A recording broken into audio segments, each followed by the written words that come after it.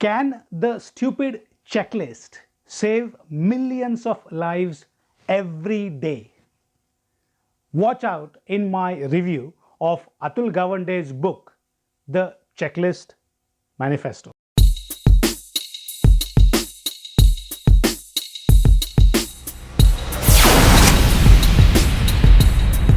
Checklist, an extremely simple thing.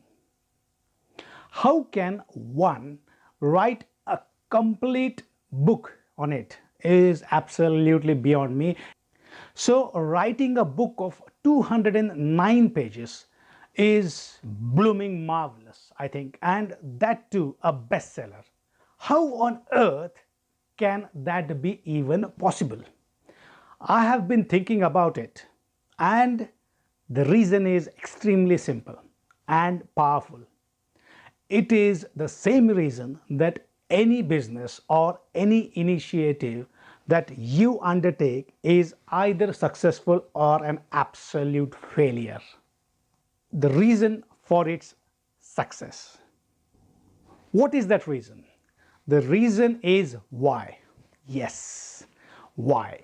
If your reason for doing anything is weak and limp and will crumble to pieces with the first stroke of rejection or failure, then your reason is not strong enough. The whole book is dedicated to why is checklist needed, what is the importance of it, what happens when it is not used, and what happens if it is used properly. There is very little about what the actual checklist is, because as we have seen, there is hardly anything to it. But Atul nicely and engagingly keeps 100 odd pages by his in-depth analysis of why one should use the checklist. He is a surgeon, so there are thousands of surgeons, hence nothing specifically special about it. But he is a surgeon with a difference. He has got that flair for writing, flair for storytelling, and ability to go into enough details in the fields that are not his forte. He has pulled out the gems from seemingly unrelated fields to highlight the main point of his book. Anecdotes backed with numbers.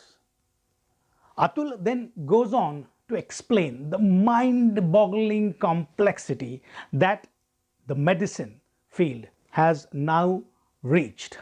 His anecdotes are written in an arresting style. His grasp on statistics is amazing. Each statement he makes is soundly backed by research and numbers, and then he explains them in simple English, which probably is an art in itself. He has sprinkled his book with so many stories where the patient has been saved miraculously, and all that because of the meticulous clockwork of various departments and personnel involved. As in those moments, time is of essence, and missing even a single step can be lethal.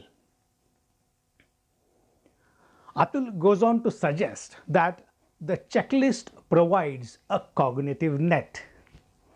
They catch inherent flaws in all of us, flaws of memory and attention and toughness. And because they do catch these flaws, they raise a wide, unexpected possibilities that a mankind can achieve. He cleverly drew the parallels from the health and construction industries when he says on page 57, interesting anecdote, again, a building is like a body which has a skin, it has a skeleton, it has a vascular system which is the plumbing, it has a breathing system, the ventilation, It has a nervous system, the wiring. This ability shows that Atul goes to in-depth level of whatever he chooses, along with his creative imagination, in addition to the meticulous attention to detail, step-by-step checks to be carried out by each of the specialties. The key thing he noticed is that the most important checklist that is followed in construction is that of communication. He goes on to give many more examples in this industry and concludes that the checklist works. His first attempt to standardize and roll out the application of checklists in surgical procedure across the world did not succeed, and hence he went to the specialist.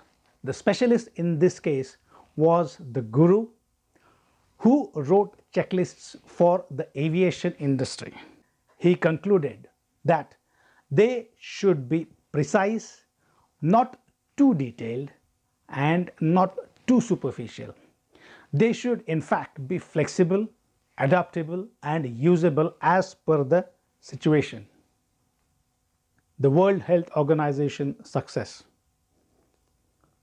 Having refined his checklists, he rolled it out across 8 countries as part of the WHO initiative, and the results were hugely encouraging and statistically significant.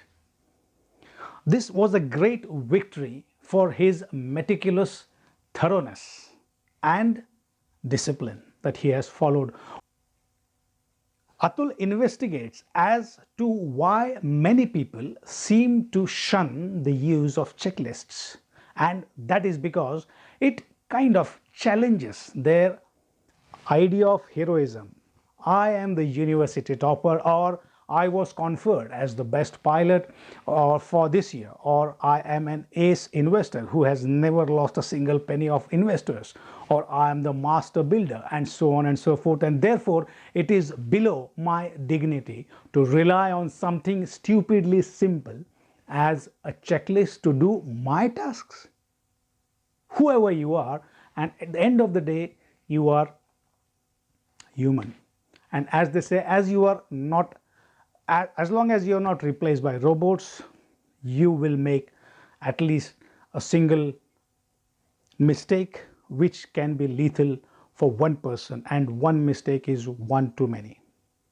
He ends his book with a confession about a mistake that happened from him. During one of his surgeries, he goes on to explain what happened, and then asserts that because they followed the checklist before the operation started, they ensured that enough blood was available in stock, and because of that one check, that patient very narrowly survived and is now doing well. And that is it. The book ends a very classic way. He implies by not saying it explicitly that whoever you are, whatever you do, if you want to get things right every time, use the humble checklist. What's the verdict? So my verdict about his book is that you should buy it and read it. Whatever you do, whether you use the checklists in your profession, then in that case it's a definite must read. And even if you don't need the checklists, it's still a good read because it tells you how to write a non-fiction book on as simple thing as checklist and still make it a bestseller. Thanks for watching. Stay tuned. See you soon. Be limitless.